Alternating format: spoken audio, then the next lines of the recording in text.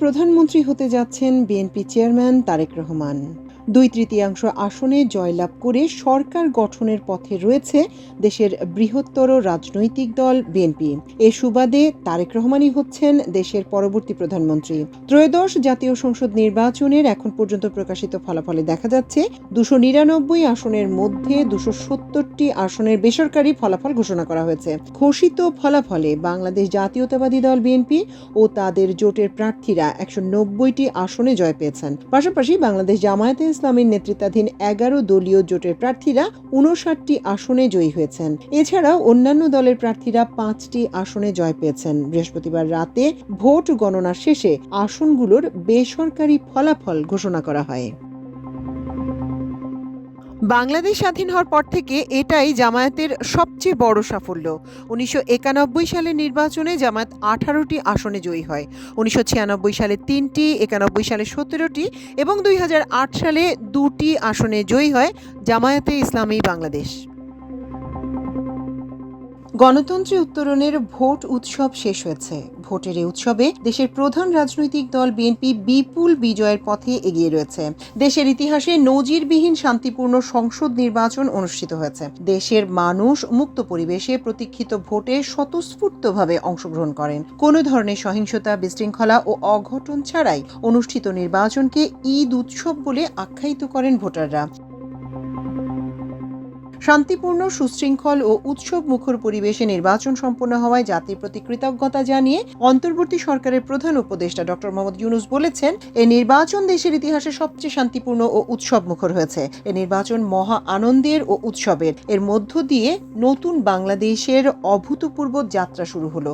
এর আগে প্রধান উপদেষ্টা ভোট দিয়ে সবাইকে ঈদ মোবারক জানান।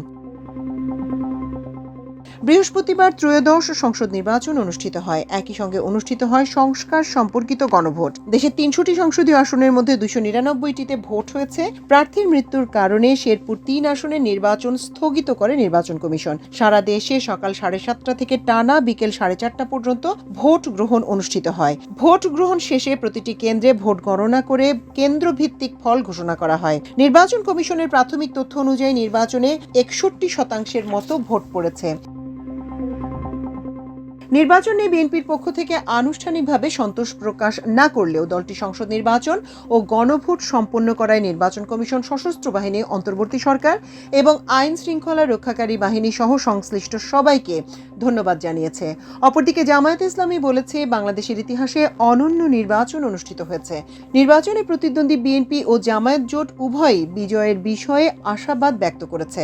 বিএনপি বলেছে, তাদের বিজয় অনিবার্য, এটি স্তিমিত করার অপপ্রয়াস সফল হবে না। অপরদিকে জামায়াতে ইসলামী বিপুল ভোটে জয়ী হয়ে সরকার গঠনের প্রত্যাশা ব্যক্ত করেছে। নির্বাচনে প্রতিদ্বন্দ্বী প্রার্থীদের মধ্যে সৌহার্দ্যপূর্ণ সম্পর্ক দেখা গেছে। ভোট গ্রহণ চলাকালে ঢাকা 15 আসনে জামায়াতে ইসলামের প্রার্থী ও দলটির আমির ডাক্তার শফিকুর রহমান ও ধানের শীষ প্রতীকের প্রার্থী শফিকুল ইসলাম খান মিল্টনকে কোলাকুলি করতে দেখা যায়। এ সময় ধানের শীষ প্রতীকের প্রার্থী বলেন, আমরা দুজন ভাই ভাই, যেই জিতি এলাকার মানুষের জন্য একসঙ্গে কাজ করব। জামায়াতের আমিরও বলেন, তারা একসঙ্গে সৌহার্দ্য বজায় রেখেই দেশ গড়বেন। এদিকে নির্বাচনের আনুষ্ঠানিক ফলাফল ঘোষণার আগেই ব্যক্তিগত সোর্স থেকে পরাজয় জানতে পেরে সুনামগঞ্জ 2 আসনে জামায়াতের প্রার্থী শিশির মোহাম্মদ মনির ফেসবুকে স্ট্যাটাস দিয়ে বিএনপির প্রার্থী নাসির চৌধুরীকে অভিনন্দন জানিয়েছেন।